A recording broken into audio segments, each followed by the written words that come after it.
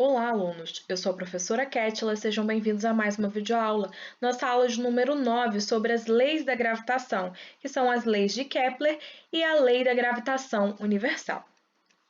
Por que os corpos caem? Será que as mesmas explicações que servem para os corpos na Terra, elas valem também, para os corpos no espaço? As respostas para essas perguntas, elas começaram a ser elaboradas lá na Grécia Antiga, e eles entendiam que os objetos eles caíam porque eles estavam em busca do seu lugar natural, uma coisa bem filosófica. E atualmente nós dizemos que os corpos próximos do planeta, eles caem porque eles são atraídos pela gravidade da Terra. Então, essa macieira representada aqui no desenho, acho que vocês já estão começando a deduzir do que se trata, né? Gravitação, cientista, mais à frente a gente vai ver. Bem, a definição de gravidade e os estudos de muitos pensadores serviram para sintetizar as leis da gravitação e consolidar aquele modelo que nós chamamos de heliocêntrico, no qual o Sol fica no centro e os planetas ficam orbitando ao seu redor. Lembram do modelo heliocêntrico? Que já deu muito pano para a manga, né? Durante muitos anos aí, até ele ser consolidado, pessoal. Então, vamos iniciar com as leis de Kepler. Vocês se lembram que eu falei, na aula anterior de Kepler, falei um pouquinho sobre ele. Falei que ele foi assistente de um cientista muito promissor chamado de Tycho Brahe, né? O Tycho Brahe, ele fez várias observações importantes, vários estudos, mas também ele tinha muitos recursos, né? E Kepler, ele observando aquilo ali, ele construiu, vários conhecimentos super importantes para nós até o dia de hoje. Então, vamos iniciar. Em 1609, Johannes Kepler, ele escreveu um livro chamado Astronomia Nova, que é esse livro que vocês estão vendo aqui. Nesse livro, ele utilizava dados, organizados por Tycho Brahe, que é esse aqui, que eu havia falado lá na aula anterior, que ele montou um modelo e tudo mais. Então, Kepler utilizou os dados e ele começou então a observar os modelos que foram propostos antes, O modelo de Cláudio Ptolomeu, o modelo de Nicolau Copérnico, que é o modelo heliocêntrico, O modelo de Tycho Brahe, que a gente viu, que funcionava dessa forma que está ilustrado aqui para vocês, Os planetas orbitavam ao redor do Sol, mas o Sol e a Lua orbitavam ao redor da Terra. Mas percebam, as órbitas desses planetas, na ilustração e nos modelos propostos anteriormente, todas as órbitas eram circulares, eram círculos perfeitos. E Kepler, como ele era também matemático, como eu havia falado antes para vocês, ele começou a fazer um cruzamento de dados, a fazer análise, vários cálculos, utilizando os dados que foram obtidos tanto por Tycho Brahe quanto por outros daquela época, Copérnico, e Ptolomeu também. Então, ele chegou à conclusão de que não era possível os planetas eles terem esse tipo de órbita circular. Então, ele procurou outras formas geométricas para descrever essas órbitas dos astros. Não era possível ser um círculo tão perfeito assim, conforme era descrito, como eu mostrei para vocês. Então, ele chegou a um modelo, na verdade, há uma forma geométrica que representou muito melhor as órbitas dos planetas. Então, ele descreveu isso em sua primeira lei. Então, a primeira lei de Kepler é chamada de a lei das órbitas, também é conhecida dessa forma, tá? Porque ela afirma que a órbita dos planetas que giram em torno do Sol, ela não é circular, pessoal, e sim elíptica. E, além disso, O Sol, ele sempre ocupa um dos focos da elipse. Lembrando a vocês que a elipse, ela tem dois focos, que aqui no caso é representado por essa letra aqui, com esse número, O1 e O2, tá? Então, os dois focos da elipse. E o Sol, ele sempre vai ocupar um dos focos da elipse. Então, para resumir essa lei, anotem no caderno de vocês aí, primeira lei de Kepler, a lei das órbitas, que diz o seguinte: de forma resumida, né, de forma sucinta, a órbita dos planetas é uma elipse em que o Sol ocupa um dos focos. Mas o que seria uma elipse? Eu sei que vocês ainda não estudaram essa forma geométrica aqui ainda em matemática, vai ser lá no ensino médio, como inclusive eu já até perguntei para o professor Arthur, confirmei com ele tudo direitinho, então eu vou sintetizar o que seria uma elipse para vocês entenderem um pouco melhor. A elipse, ela é como se fosse um círculo achatado, e esse círculo achatado ele vai ter características próprias, como no caso vai ter dois focos aqui, tá? E como que a gente pode desenhar uma elipse? A gente utiliza um barbante, ele tem que se manter sempre de forma esticada, né? Preso a esses dois focos que seriam essas taxinhas, tá? E aí, fazendo um movimento, né? Circulando, né? Aí com um lápis, nós vamos conseguir desenhar essa elipse. E quanto mais afastado, pessoal, tiverem esses focos, maior vai ser a excentricidade dessa elipse, tá? Ou seja, ela vai ser mais achatada.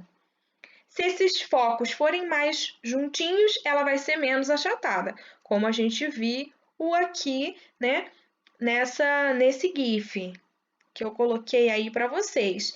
E aqui, olha, se a gente distancia os focos, essa elipse ela vai ficar mais excêntrica. No caso de alguns cometas, eles fazem uma órbita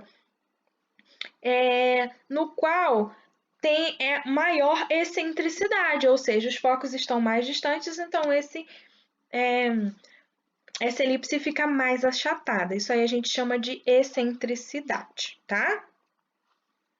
Em contrapartida, para fazer um círculo perfeito, eu coloquei até entre aspas, tá? Os dois focos, porque não vai ter os dois focos, né, pessoal? É só para que vocês consigam visualizar aí a diferença entre a elipse e o círculo, tá? Esse é como se esses focos eles se localizassem um em cima do outro, exatamente no meio. Imaginem só, não teria como, né, o Sol ocupar um desses focos se a órbita dos planetas fossem circular como era ilustrado antigamente, né? Anteriormente, antes a esses estudos aí de Kepler, tá?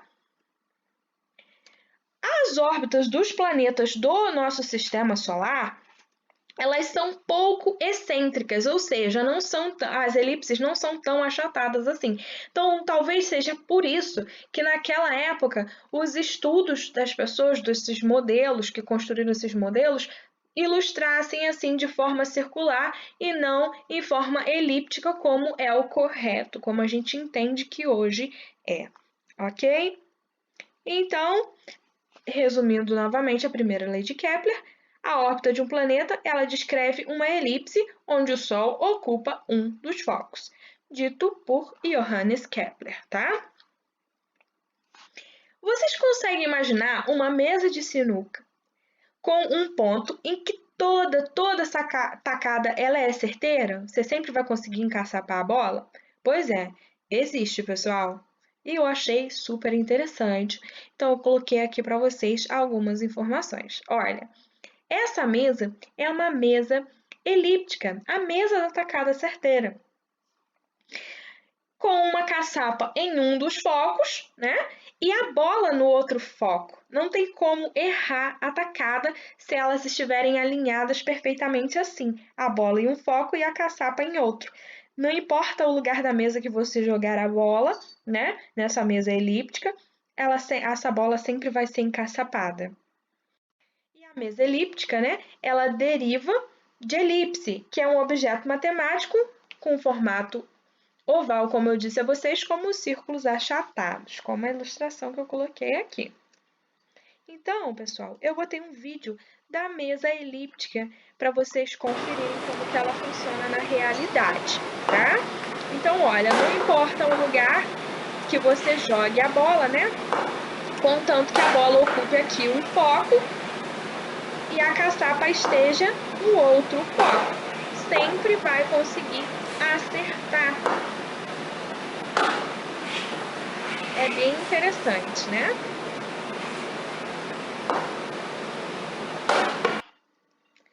Bom, vamos à segunda lei de Kepler, que é também chamada de a lei das áreas. Então, façam aí a anotação no caderno de vocês, né, dessa lei. Então, o que essa lei ela explica? Ela explica que a velocidade dos planetas em suas órbitas, elas não são constantes. A velocidade, né, ela vai variar de acordo com a distância que o corpo celeste vai estar do Sol. Então, ele descobriu que um planeta ele se move mais rápido quando ele se encontrar em uma posição próxima, mais próxima aqui do Sol, mais perto do Sol. E essa posição aqui, pessoal, a gente chama de periélio. Periélio vem de perto, tá? Do Sol. Então, peri de perto e hélio de Sol. Então, perto do Sol, periélio. E aqui o planeta, né, vai fazer um movimento mais acelerado. E ele vai fazer um movimento mais devagar quando ele estiver mais distante do Sol, que a gente chama de afélio. Af de afastado e hélio de Sol, então mais afastado do Sol. Tá? Mas por que, então, professora, lei das áreas? Aqui, quando ele estiver percorrendo, pessoal, mais distante do Sol, essa área aqui vai ser exatamente igual a essa área aqui, tá? O planeta, ele sempre vai varrer a mesma área, tá? Não importa, porque aqui ele está mais pertinho, então ele percorre, aparentemente, né, uma parte maior, né? Só que aqui a órbita está mais próxima do Sol, tá? E aqui está mais distante. Então, a órbita aqui é mais alongada, percebam. Então, aqui o A1 e o A2 têm a mesma distância, tá? O mesmo tamanho, digamos assim, a mesma área, tá? Então, aqui para ilustrar, né? Percebam o movimento. Olha, no afélio, o planeta ele orbita mais devagar e conforme ele vai chegando mais próximo do Sol, ele dá uma acelerada, né, pessoal? E mais tarde, alguém escreveu uma lei sobre, na verdade, sim, uma lei, né, sobre essa questão da velocidade. Por que que quando está mais perto, ele orbita mais rápido, ele se movimenta mais rápido, quando está mais longe, é mais devagar? Por que que isso acontece? Então, essa basicamente é a segunda lei de Kepler, olha. No periélio, mais rápido, no afélio, mais distante. E ele sempre percorre a mesma área, tá?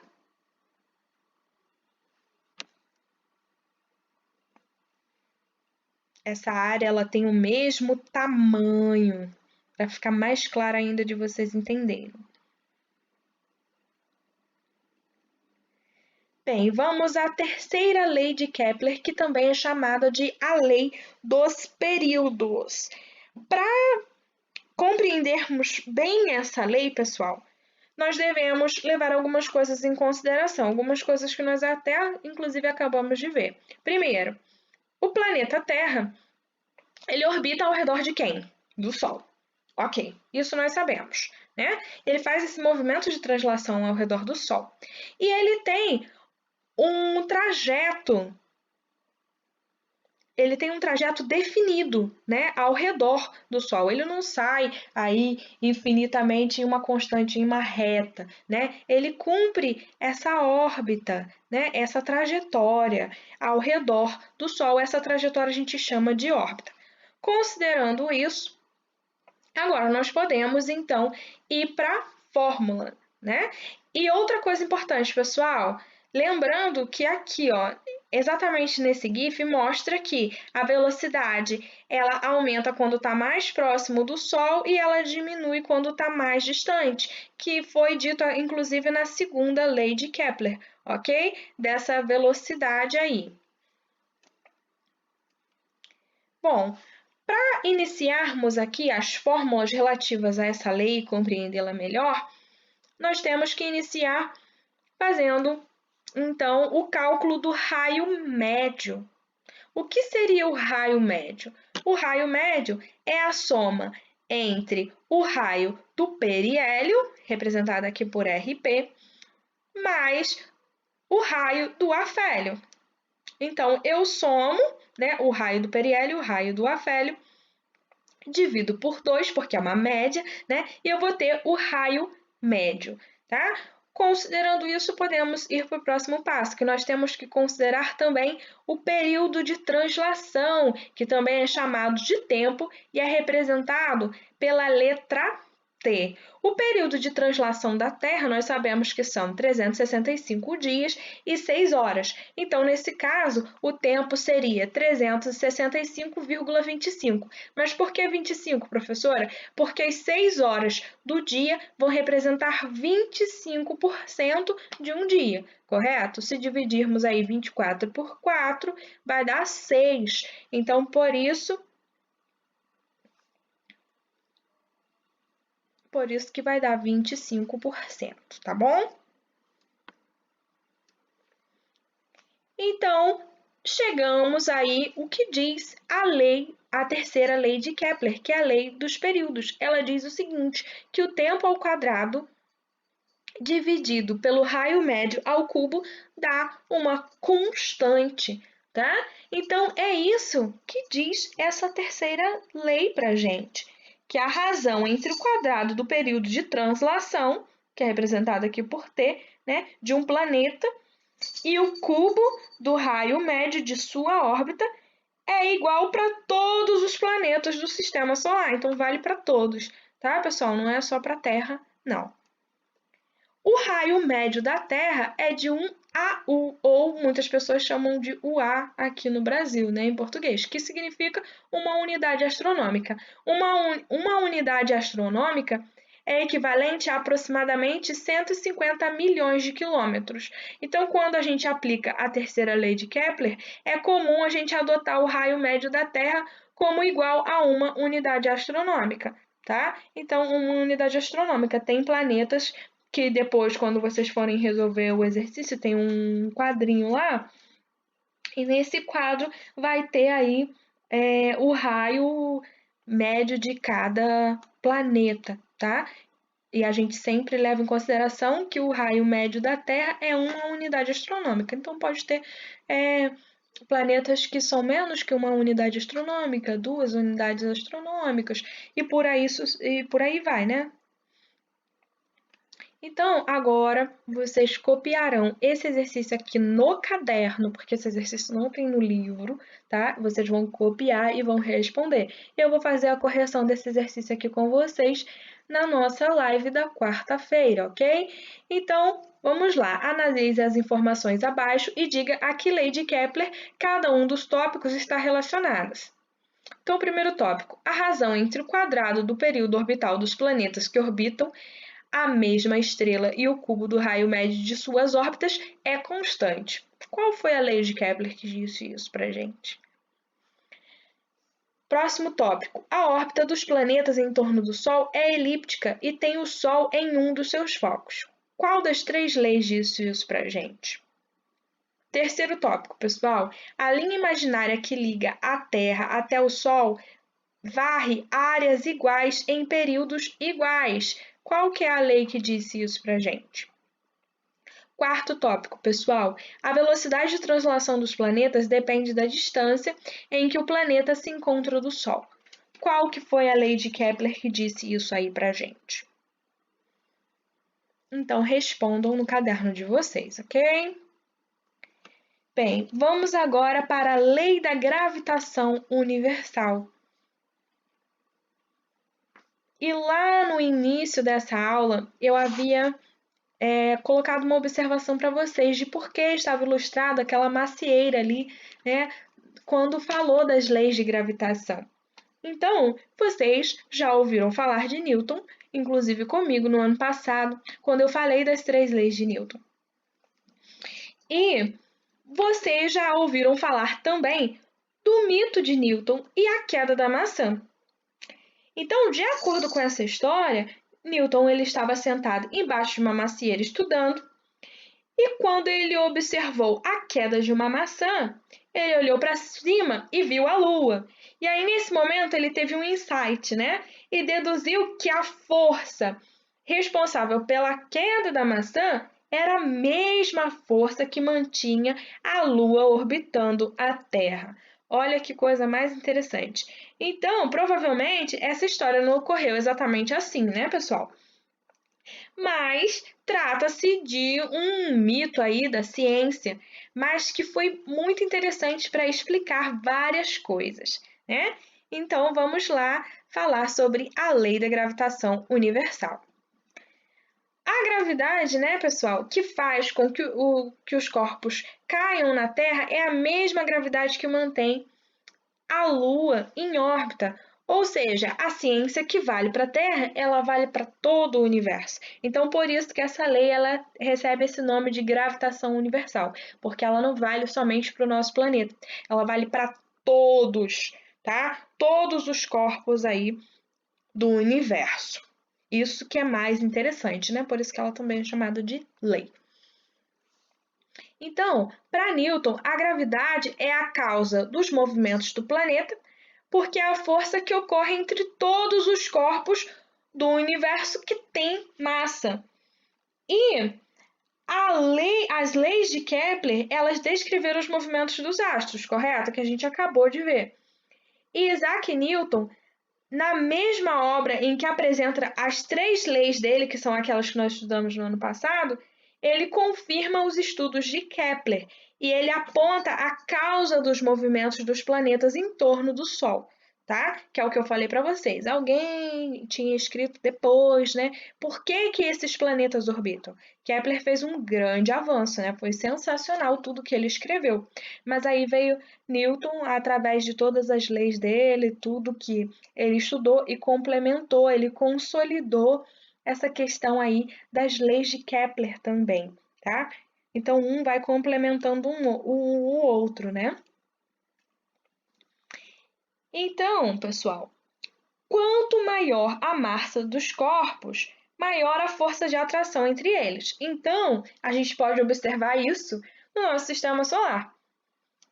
Nós já vimos que os planetas, claro, esse aqui que eu coloquei, essa ilustração aqui que eu coloquei para vocês e várias outras ilustrações que tem no livro didático e que a gente vê por aí, geralmente os planetas e o Sol, né, eles não são ilustrados em escala real, né? Porque o Sol ele é muito maior do que os planetas aí todos juntos, né? E geralmente eles são ilustrados aí em tamanhos não reais, né? Mas tem ali uma diferençazinha, né? Para a gente saber qual que é o menor, qual que é o maior e tudo mais.